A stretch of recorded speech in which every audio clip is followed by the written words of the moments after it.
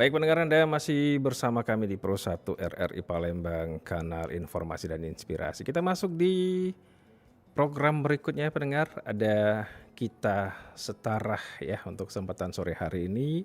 Sudah hadir di studio kita, ada teman ngobrol saya nih. Selamat sore, Assalamualaikum. Waalaikumsalam warahmatullahi wabarakatuh Kak Bas. Pak Ustadz. Sehat Kak Bas? Alhamdulillah. Alhamdulillah, Masya Allah.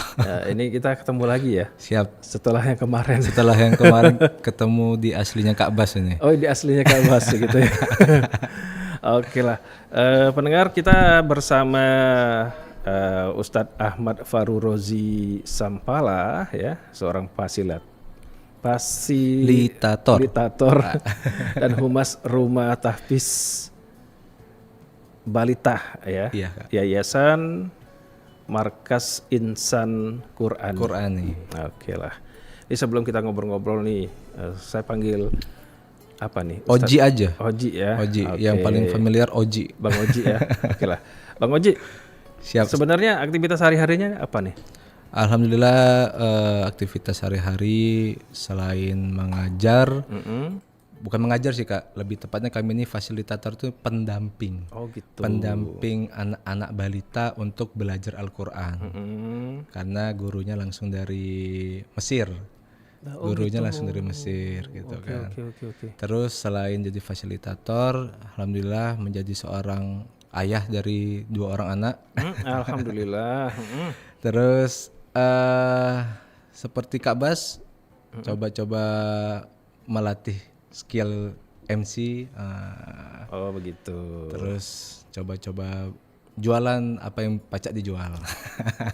Jangan coba-coba Bang Oji ya. Harus memang benar-benar di dalam itu Bang Oji. Siap.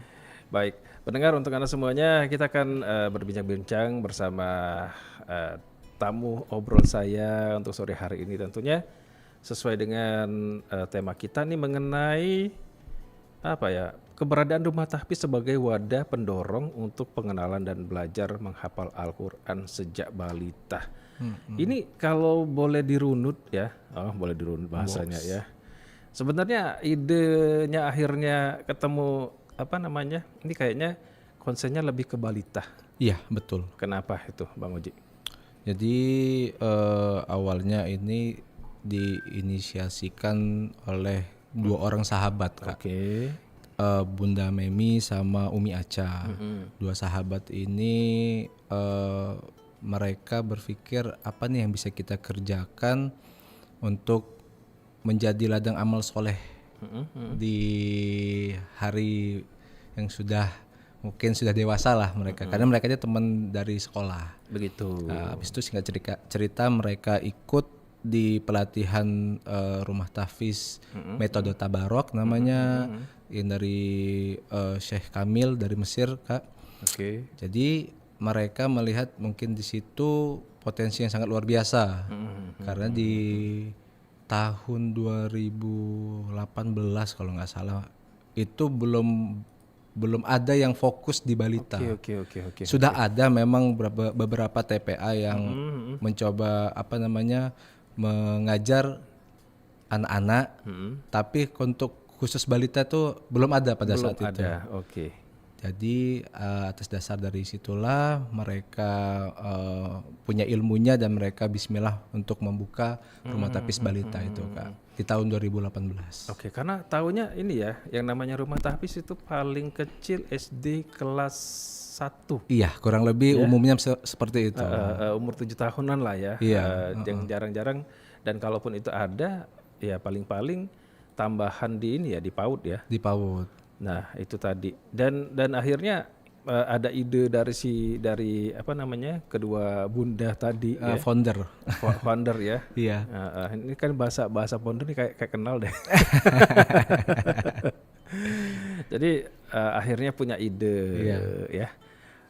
Oke, 2018 dimulai. 2018 dimulai.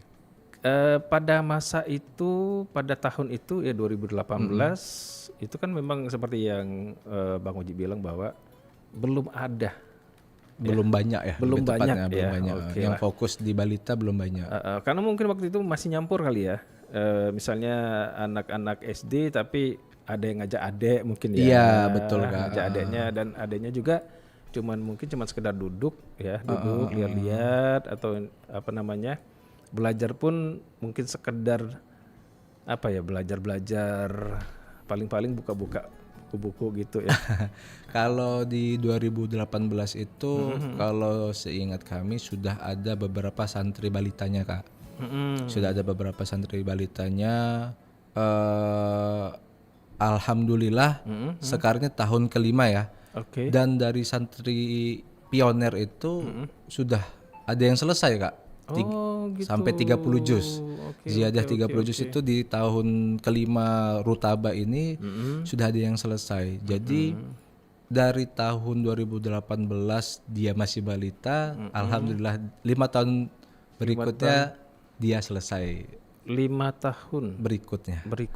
Berarti waktu itu usianya masih balita sekitar 4 tahun mungkin. 4 tahun. Kalau 5 tahun berarti 9 tahun. Iya, 5 Iya, 5 tahun berikutnya kan? Iya, 9 tahun Sekitar sekarang 9 tahun. SD ya sekarang ini. Oke lah. Nah, ini kan ada semacam ini ya, Bang Oje, kalau kita lihat yang namanya belajar Al-Qur'an ya. Iya, Itu kan ada yang namanya khatam. khatam. Oke. Untuk balita ini sebenarnya ada Iya. apa ya? Pasti ada program khusus ya untuk balita ada. karena tahu sendiri lah ya namanya anak-anak ya. Betul, betul, Kak. Anak-anak itu yang namanya mood mereka kalau lagi bagus bisa gitu kan. Tapi kalau mereka sedang katakanlah tantrum ya, tantrum yang ini agak susah. Nah, untuk membuat program seperti ini, apakah memang sudah ada semacam metode sendiri, Bang Iya, Uji? betul. Jadi kami memang ada metodenya, Kak. Namanya metode tabarok. Jadi Yayasan Markas Insan Qur'ani ini yang punya program namanya Rumah Tapis Balita ini fokus terhadap balita untuk mendampingi balita menghafal Al-Quran itu menggunakan metode tabarok. Metode tabarok ini asalnya itu dari Syekh Kamil. Syekh Kamil ini orang Mesir, Kak. Syekh Kamil ini orang Mesir. Dia ini bisa membuat metode tabarok ini berdasarkan hasil dia mendampingi anaknya yang namanya tabarok. Jadi ini sebenarnya metodenya metode keluarga.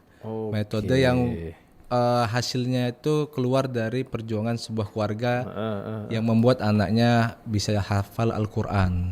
Berarti metodenya berdasarkan nama anaknya, tabarok metode ini tabarok. ya? Iya. Dia hatam 30 juz itu hafalannya itu di usia kalau nggak salah 4,5 tahun, Kak. Jadi tabarok itu dia bisa selesai di 4,5 tahun. Dan apa yang dikerjakan oleh Syekh Kamil sebagai ayahnya dan ibunya itu dirumuskan menjadi sebuah sistem metode tabarok namanya. Dan untuk saat ini metode tabarok di Sumatera Selatan sih sudah ada beberapa rumah tapis yang menggunakan metode tabarok. Tapi kalau kami lihat yang sampai saat ini fokus untuk balita, alhamdulillah amanahnya saat ini masih banyak di kami. Gitu. Nah, ini metode tabarok ini kan memang semacam apa ya? Metode untuk membuat si katakanlah si balita belajar, betul. Tetapi dalam kondisi yang nyaman, ya. Betul sekali, Kak. Nah, ini kita tahu ya.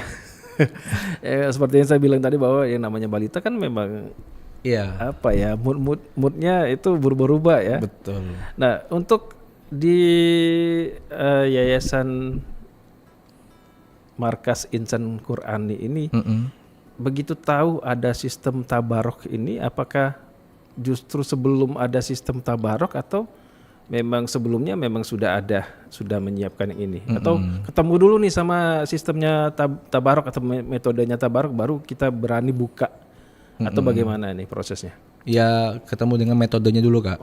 Ketemu metode, lalu foundernya Bismillah membuka rumah tahfiz balita itu, lalu ya berjalan sampai alhamdulillah dalam 5 tahun ini. Seperti itu.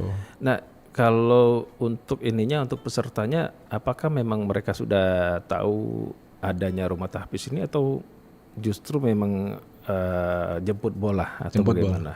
Kalau awal-awal itu dari orang-orang terdekat Kak, dari kawan-kawannya para founder, terus dari kawan-kawannya para pengajar pada saat itu kan. Jadi santri pertama itu kalau kami tidak salah 12 orang Kak. Santri pertama dari Rumah Tapis Balita Markas Insan Quran itu 12 orang. Jadi ya terus berjuang, terus menghafal. Alhamdulillah sampai di 5 tahun berikutnya yang finish sampai 30 juz sisa 6 orang ya 6 kalau nggak 5 orang kalau salah ya yang selesai. Ini sistemnya memang hafalan. Hafalan Kak. Hafalan. Hanya hafalan. Perbaikan bacaan Quran juga, tahsin juga, Oke. pengenalan huruf hijaiyah kan dari awal, dari karena dia itu ada 7 level Kak. Ada 7 level. Jadi level yang pertama itu kita fokus di pembiasaan dulu, pengkondisian bagaimana mereka itu bisa mau duduk rapi, mau tenang, karena metode apa sih media yang digunakan ini kan visual dan audio. Oh gitu. Kita menggunakan visual dan audio menggunakan TV. Jadi video pengajarnya, syekhnya itu ada di situ. Jadi tugas kami sebagai fasilitator bagaimana membuat anak-anak ini nyaman untuk berlama-lama lihat syekhnya, lama-lama untuk duduk rapi mendengarkan suara Al-Quran murotalnya, seperti itu Kak. Dan kami juga yang menjadi fasilitator ini bagaimana cara membuat anak-anak itu mau mengikuti pembelajarannya. Misalkan dari tadi ngapain aku ke sini, nanti kami coba arahkan, ayo nanti kita belajar Al-Quran bersuara, nanti dapat hadiah gitu-gitu. Kita yang sebagai pembujuknya. Jadi kami menjadi partner anak-anak itu untuk belajar, seperti itu Kak. Baiklah. Nah, selama mengajar anak-anak ini, kira-kira pernah nggak sih ada rasa mungkin kesel atau bagaimana? Karena kan namanya manusia biasa Betul, Bang Majid ya. Ada saatnya kita bukan kesel dalam artian kita jadi benci bukan. Ada rasa aduh gimana ini ngadepinnya. Ini pernah ketemu nggak sih yang begitu-begitu? Ya, alhamdulillah ini tahun keempat Oji bergabung di Rutaba Kak ya. Tapi memang kami ini dari awal masuk itu sama founder sudah ditekankan untuk tidak boleh marah Kak. Oke. Tidak boleh marah dengan santri. Jadi gimana caranya kami untuk mengatur santri itu tanpa marah, yaitu biasanya kalau misalkan menemukan sesuatu yang tidak bisa kami atur, itu kami bahasanya evaluasi terus Kak. Kami setiap pekan evaluasi, ini ngadepin santri yang seperti ini gimana, caranya bagaimana. Jadi kita saling tukar pikiran untuk bisa menyelesaikan permasalahan di santri itu. Dan itu biasanya permasalahan waktu sih Kak. Karena namanya kayak manusia, anak kecil itu kan sama kayak kita tapi versi kecil. Ya, benar. Dia kalau nggak kenal sama orang, nggak kenal sama suasana baru, dia akan tidak nyaman. Nah, itulah makanya tugasnya fasilitator, tugasnya yayasan, tugasnya Rutaba itu menjadi partner bagaimana anak-anak ini bisa nyaman belajar Al-Quran gitu kan. Berarti dia ada semacam pelatihan ya sebelum terjun benar-benar menghadapi anak-anak. Iya, kita ada pelatihannya. Terus kita juga setiap pekan itu ada bahasanya pembinaan SDM Kak. Oh gitu. Kami dikasih arahan selalu, dikontrol selalu dengan laporan pun setiap hari. Oh gitu. Setiap aktivitas itu ada laporannya. Jadi sistemnya kami alhamdulillah untuk saat ini sudah sangat sudah sangat baiklah, tersusun lah ya. Tersusun rapih gitu Kak. Jadi rasanya memang kalau misalkan menjadi partner orang tua untuk anaknya pengen menghafal Al-Quran, khususnya anak balitanya, insya Allah kami pilihan yang terbaik untuk menjadi partner itu gitu loh. Oke. Jadi apa istilahnya bukan percaya diri sih, tapi Bukan. tapi memang merasa memang ada kelebihan di situ ya. Betul Kak, Karena itu tadi ya tidak sembarang ya. tidak sembarang. Berarti pada Segmented. iya benar. Semuanya tersusun dan Iya, terstruktur. terstruktur. Ya. Istilahnya itu terstruktur dan memang sepertinya kalaupun mau menjadi ya salah satu fasilitatornya itu memang harus ada tes Ada. psikologi mungkin ya. Benar nggak sih? Walau alam kalau tes psikologi biasanya kami semuanya yang masuk di yayasan itu selalu di interview sama founder. Oh gitu. Jadi founder karena founder yang lebih tahu kan yang sedang berjalani metode tabarok rumah tapis balita dan dia lebih tahu fasilitator seperti apa yang dibutuhkan. Jadi kami semuanya selalu melewati interview dengan founder, habis itu dengan direktur yayasan. Jadi baru kalau misalkan dinyatakan lulus baru kami bisa jadi fasilitator. Dan itu ada masa trainingnya Kak. Ada masa trainingnya untuk bisa mendampingi fasilitator dan terus dinilai. Ini mampu nggak, terus dikasih arahan terus, dikasih training, dikontrol terus gitu kan kami seperti itu. Karena kan untuk ya balita kita bisa tahu kan hari ini dia mau, besok belum tentu dia mau. Hari ini dia nggak suka sama kita, mungkin besok jadi suka sama kita. Jadi besoknya nggak suka lagi. Besoknya nggak suka lagi, besoknya datang nangis. Gimana caranya pulang bisa nggak nangis lagi? Datang ketawa-ketawa, pulangnya nangis. Pulangnya bisa nangis ya. Insya Allah, memang luar biasa anak-anak ini. Nah, Bang Oji sendiri bergabung bersama yayasan ini sudah berapa lama? Kurang lebih 4 tahun Kak. Berarti begitu dibuka Bang Oji langsung ikut atau bagaimana? Enggak, rutabanya sudah jalan 1 tahun dulu baru kami bergabung di sini. Gitu. Nah, ini yang agak menarik, bukan agak menarik ya. Kenapa Bang Oji akhirnya tertarik pengen menjadi salah satu fasilitator? Nah, itu dia, Masya Allah tuh pertanyaannya. Jadi dulu sebelum bergabung di Rutaba ini Kak, Oji aktif juga di dunia TPA. Aktif juga di dunia TPA.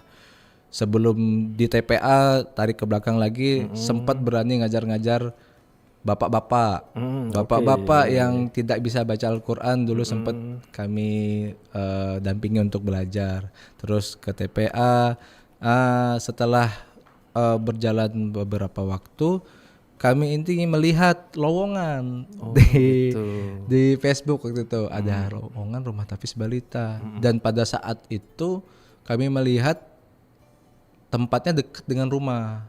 Kami berpikir wah kayaknya bisa nih ngajar di dekat situ. Awalnya seperti itu.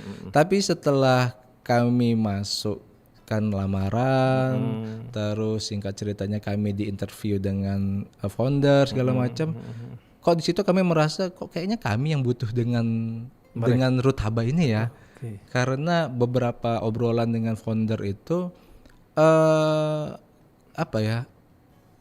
sangat membuat solusi dalam permasalahan kita dengan anak itu terjawab gitu Kak. Karena ya ada beberapa obrolan yang ini terkait masalah pendampingan anak. Karena pada saat itu kan Oji juga masih jadi orang tua baru, anak masih umur 1 atau 2 tahun waktu itu. Jadi masih butuh masih butuh banyak ilmu untuk bisa mendampingi anak gitu. Dan setelah di interview sama Umi Aca pada saat waktu itu kok banyak sekali yang jadi jawaban permasalahan kita dengan anak gitu kan. Jadi bismillah, pada saat itu bismillah kita coba bergabung. Ya alhamdulillah dengan segala macam rintangan dan perjuangan atas izin Allah sampai sekarang masih bergabung di sini dan Masya Allah kalau efeknya luar biasa sekali Kak. Dengan melihat kita berada di markas Yayasan Insan Qur'an ini dan Rumah Tapis Balita ini itu sangat positif sekali dampaknya untuk kami sebagai fasilitator terhadap keluarga. Oke. Karena kami tiap hari itu healing menghadapi anak kecil, healing dengan Al-Quran. Iya, Jadi iya, iya. akhirnya pada akhirnya kami sadar setiap permasalahan hidup itu ya kunci solusinya dari Al-Quran itulah. Oke. Seperti itu. Oke. Makanya alhamdulillah sampai sekarang masih ada di sini. Masih ada di Masih sini, ada masih dan bergabung. harapannya insya Allah kalau bisa sampai selesai Sampai kapanpun gitu sampai ya. selesai tetap berada di dakwah Al-Quran ini insya Amin, Allah. amin.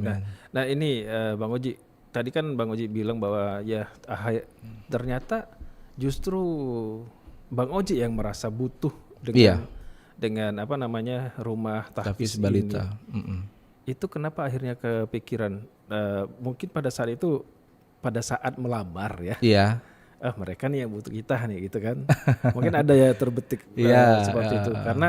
Karena mungkin pada saat itu yang ada di pikiran ya kerja gitu kan. Iya betul Kak, kerja. Ini kerja dan lokasinya kebetulan dekat rumah. Jadi istilahnya kenapa tidak kerja yang lebih jaraknya lebih dekat dengan rumah. Iya. Pada akhirnya Bang Oji pun bilang tadi bahwa loh kok setelah ini justru kayaknya memang saya yang butuh ke situ kan. Iya. Ini pada akhirnya terpikir yang merasa butuh di situ kan yang Bang Oji jelaskan tadi ya. Iya betul. Mengenai bahwa ya itu tadi ya. Dan ini kalau boleh dibilang semacam justru pelatihan pribadi juga ya. Iya Kak, betul. Itu menjadi apa ya namanya?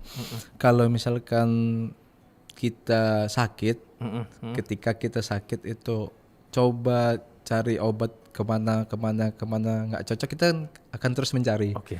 Tapi ketika kita ketemu dengan satu obat yang cocok, ya insya Allah kita akan stay di situ dan kita akan terus beli di situ. Kalau bisa kita akan apa ya langganan di situ. Nah, begitulah yang terjadi di Oji pada saat itu gitu kan. Memang pada saat itu kondisi apa namanya menjadi bapak yang baru, ya mungkin semua orang tua mungkin ngalami lah fase-fasenya bagaimana konflik menghadapi anak gitu kan. Konflik ya tadinya kita sendiri sekarang sudah punya anak kecil, anaknya juga kadang lucu, kadang ngeselin pada anak-anak kandung pada saat itu kan. Oke. Dengan berbagai macam apa namanya istilahnya konflik pada saat itu, ketemu dengan rumah tahfiz yang ternyata di situ mengajarkan parenting yang sangat luar biasa. Yang pada saat itu Oji nggak tahu ilmu itu. Dan ketika Oji diceritakan sedikit dengan Umi Aca itu, Oji langsung nganggep kok ini jadi solusi buat aku ya gitu kan. Makanya bismillah. Dan setelah dijalani memang betul Kak. Memang sangat betul. Jadi kita terbiasa dengan anak kecil, kita tahu caranya menghadapi anak kecil. Dan menghadapi anak kecil itu mungkin apa ya agak terlalu remeh lah maksudnya ya. Tapi bagaimana cara kita bisa menarik minat anak kecil untuk belajar Al-Quran. Nah itu Kak yang jadi ini. Karena pada saat awal nikah dulu Oji punya apa namanya visi misi keluarga tuh pengen membentuk keluarga yang Qurani gitu kan. Tapi pada saat itu nggak tahu ilmunya. Nah ketika ketemu markas Sinatan Qurani, oh ternyata anak umur 3 tahun bisa ngafal Al-Quran. Oh ternyata kalau anak istilahnya bahasanya nggak mau sama kita, ini permasalahannya seperti ini, solusinya seperti ini, dan itu dapat semua di Rutaba Kak. Oke. Berarti pada saat itu memang Bang Oji sudah berkeluarga. Sudah berkeluarga dan sudah punya anak usia 2 tahun kalau nggak salah waktu itu ya. Oke. Dan itu tentunya dengan segala permasalahan anak kecil ya. Iya. Entah itu uminya, entah itu abinya, atau mungkin dua-duanya gitu kan. Karena ya sebagai keluarga baru ya. Keluarga baru yang baru mempunyai anak, ya permasalahannya memang complicated ya. Dan rumit. Oke. Bang Oji, kalau sebelumnya nih kan Bang Oji kan ceritanya mengajar TPA. Awal-awalnya. Ya. Oke. Berarti memang sebenarnya Bang Oji juga suka dengan dunia anak-anak kecil. Lebih tepatnya sih waktu itu mencoba suka Kak. Mencoba suka tuh karena pencarian jati diri lah maksudnya. Kita punya anak kok kita ngerasa nggak bisa dekat ya sama anak gitu. Jadi mencoba untuk melatih diri dengan ya ngajar di TPA gitu kan. Pada basic utamanya itu sebenarnya Al-Qur'annya dulu, Kak. Oke. Jadi Oji itu dulu istilahnya benar-benar pengen menjadi yang dikabarkan sama Rasulullah itu sebaik-baik dari umatku yang belajar dan mengajarkan Al-Qur'an. Itu ini fundamental pertamanya tuh, fondasinya itu. Tapi setelah berkeluarga ternyata ada harus ngadepin istri, ada harus ngadepin anak, dan itu terus terus harus digali kan ilmu itu kan, ilmu keluarga, ilmu dengan anak, ilmu dengan istri. Dan ketika di TPA waktu itu sebenarnya trainingnya Oji lah tuh Kak, bagaimana menghadapi anak kecil yang banyak. Training cuman memang berbeda Kak. Cara penerapan pada saat di TPA dulu dengan di rumah tapis balita sangat berbeda. Memang pada saat di TPA tuh sama, banyak juga anaknya yang diajar, beragam juga tingkah lakunya gitu kan. Kurang lebih sama, tapi itu tadi karena di rumah tapis balita Yayasan Markas Insan Qur'ani ini dia sudah punya sistem yang terstruktur, terukur, jadi ya bisa dijalani dengan baik seperti itu. Kalau pas di TPA mungkin ya sudah pada agak saat on location ya. On location, anak ini nggak mau nurut, gimana caranya? Kita coba suruh ini nggak mau, ini nggak mau. Nah, ketika di Markas Insan Qur'ani kita sudah ada sistem yang terukur seperti itu, Kak. Oke. Baik, ini berarti ada beda ya TPA dengan rumah tahfiz ya secara Beda. umum. Secara umum beda. Oke, secara umum. Ini bedanya dari apanya nih, Bang Oji? Kalau misalnya menurut berdasarkan pengalaman Bang Oji sendiri ya, setelah mengalami peralihan dari TPA kemudian Bang Oji masuk rumah tahfiz yang malah rumah tahfiznya ini spesial ya. Spesial. Rumah tahfiz balita. Ini kira-kira yang dirasa berbedanya tuh di mana? Kalau yang Oji rasa berbeda itu Kak, ketika kita mengajarkan dengan di TPA ini khususnya tempat Oji yang ngajar dulu ya, bukan TPA pada semuanya, tapi TPA tempat Oji ngajar itu kurikulumnya Kak. Kurikulumnya itu kalau di tempat Oji ngajar di rumah tahfiz balita ini ada kurikulumnya, terus ada penilaiannya, capaiannya untuk anak ini berhasil dalam satu bidang, berhasil dalam bidang berikutnya, itu ada ukurannya, ada raportnya gitu kan. Jadi bisa menjadi tolak ukur keberhasilan pendampingan, tolak ukur keberhasilan pendampingan dari fasilitator atau pendampingan dari orang tua, seperti itu. Karena di rumah tahfiz balita ini Kak, kita partner tiga elemen, tiga unsur, dari orang tua, anak, dan kami sebagai yayasan, kami sebagai rumah tahfiz balitanya. Jadi tiga komponen ini saling kerjasama untuk gimana caranya bisa menjalankan kurikulum yang sudah ada, metode yang sudah ada. Ya kalau misalkan secara garis umum yang sudah kami lakukan, santri belajar ke Rutaba, mengerjakan apa yang dikerjakan, ditugaskan pada hari itu, terus dia pulang nanti dia ada PR untuk didampingi dengan orang tuanya. Jadi berkaitan antara orang tua, kami sebagai yayasan, dan anak yang sebagai penghafalnya, seperti itu. Oke. Berarti ini ada support juga harus dari orang tua si anak dengan dengan kondisi rumah tahfiz ini sendiri. Iya betul Kak, saling kerjasama ya. Sejauh ini Bang Oji, apakah pernah menemui kendala nih? Misalnya nih katakanlah ada orang tua yang memasukkan anaknya, tapi kemudian ada semacam ada komplain atau bagaimana? Pernah nggak itu terjadi? Ya kalau misalkan komplain ketidakcocokan itu di manapun tempat pasti ada biasanya Kak ya. Sunatullahnya seperti itu, ada yang pro, ada yang kontra.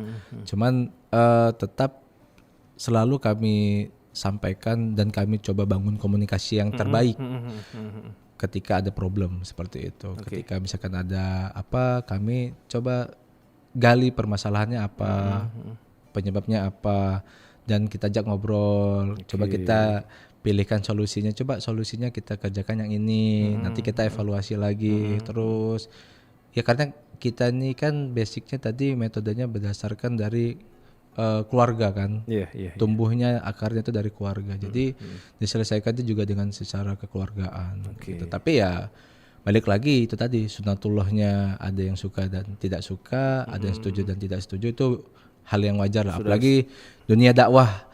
Dunia dakwah tidak semuanya bisa pro, tidak semuanya juga kontra gitu kan.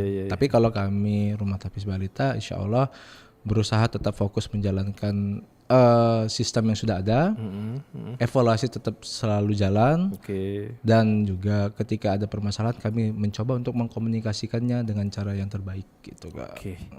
Baik, itu tadi yang sempat Bang Uji bilang bahwa ada semacam evaluasi setiap fasilitator itu setiap pekan sekali ya. Iya. Untuk evaluasi ini lebih ke apanya yang lebih difokuskan, terutama untuk ini ya, untuk menghadapi para balita ini. Betul. Kalau evaluasi seperti ini Kak, misalkan ketika di kelas itu ada santri yang dia belum mau duduk rapi, dia masih suka lari-lari, dia belum bisa mengikuti kegiatan belajar mengajar yang dengan baik gitu kan. Itu akan menjadi laporan dan akan coba diselesaikan dengan solusi A misalkan. Kita coba solusi A nih besok. Yang masuk kelas ini besok coba untuk si fulan itu kita lakukan A. Oke. Nanti ketika itu berhasil dan itu kita coba lagi untuk asatid fasilitator berikutnya yang akan masuk di kelas itu. Coba lagi yang A. Tapi nanti ketika misalkan yang A tidak berhasil, kita coba lagi, coba yang B. Dan itu terus Kak. Terus kita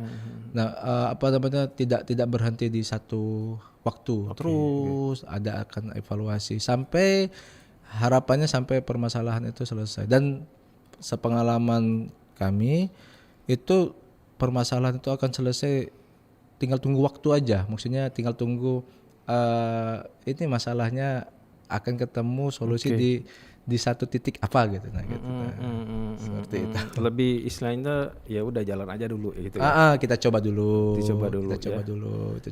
Karena kami selalu dibimbing sama founder, sama direktur, sama Umi Acha, sama Ustaz Jamila, sama Ustaz Nova dan semua tim yang lain. Itu kami selalu dibimbing bagaimana caranya menyelesaikan atau menghadapi masalah itu dengan tenang gitu Kak. Ketika kami bisa tenang hadapin masalah, ya anak-anak itu tidak akan ikutan panik juga gitu kan.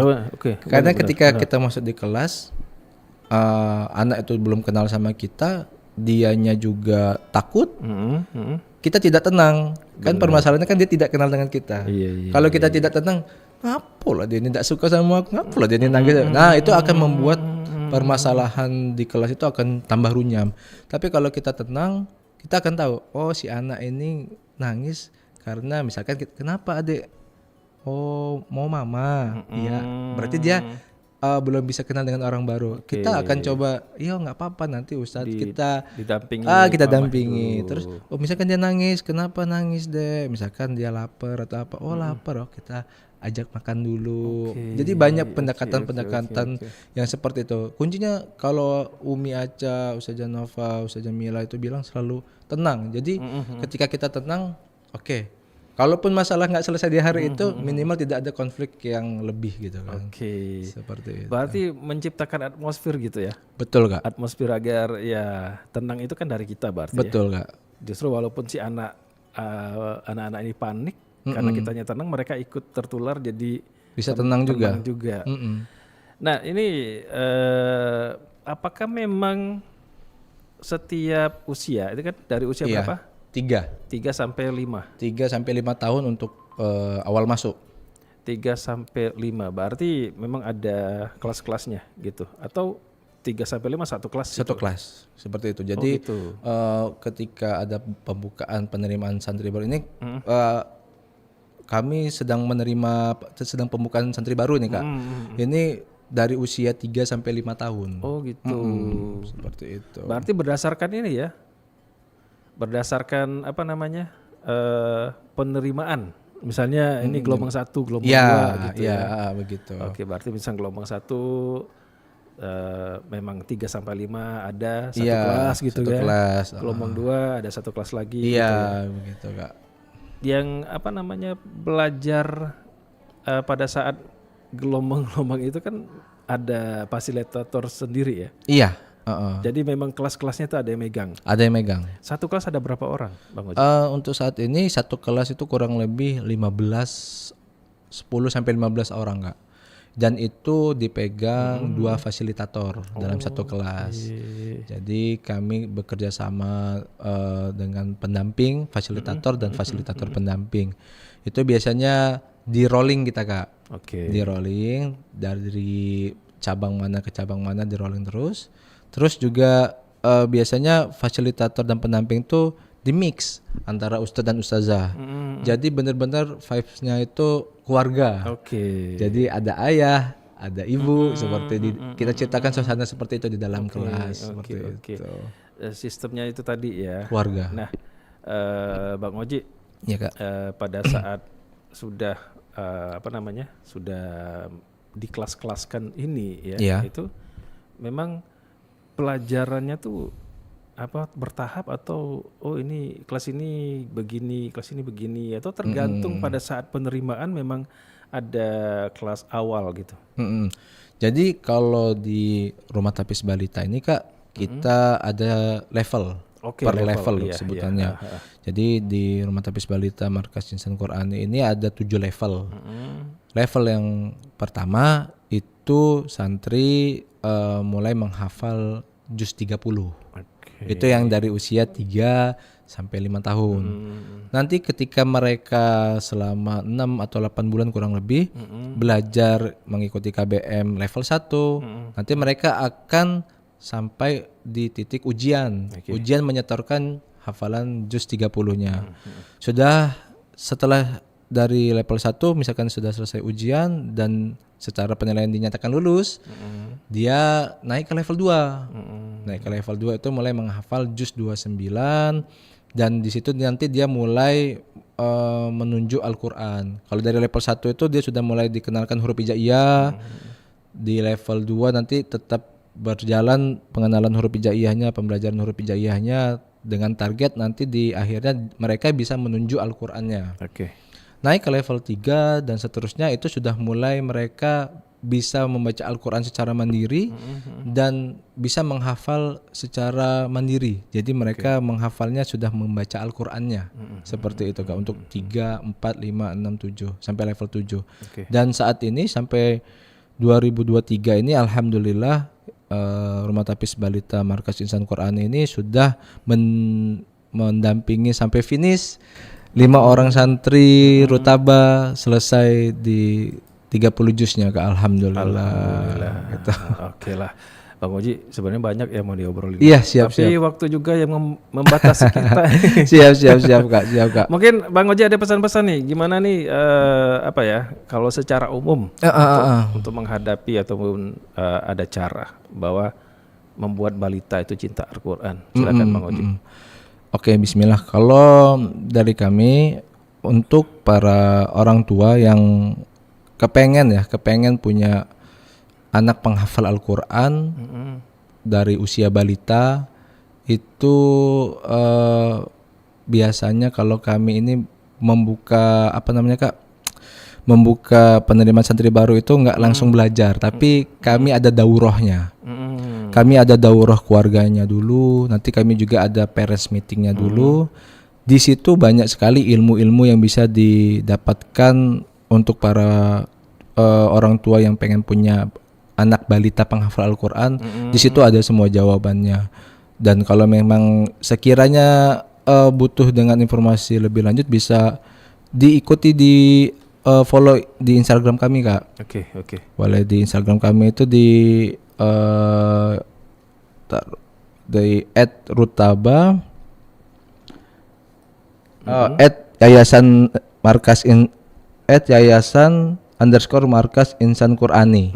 Nah di situ di Instagram kami, jadi bisa kita bedah langsung dengan para ahlinya. Oke lah. Seperti itu. Baiklah, Bang Koji terima kasih Terima untuk kasih. kehadirannya ya. Iya Kak. Untuk kesempatan hari ini ya. Iya. Mudah-mudahan nanti bisa bertemu lagi dengan bahasan yang berbeda. Insya Allah ditunggu undangannya.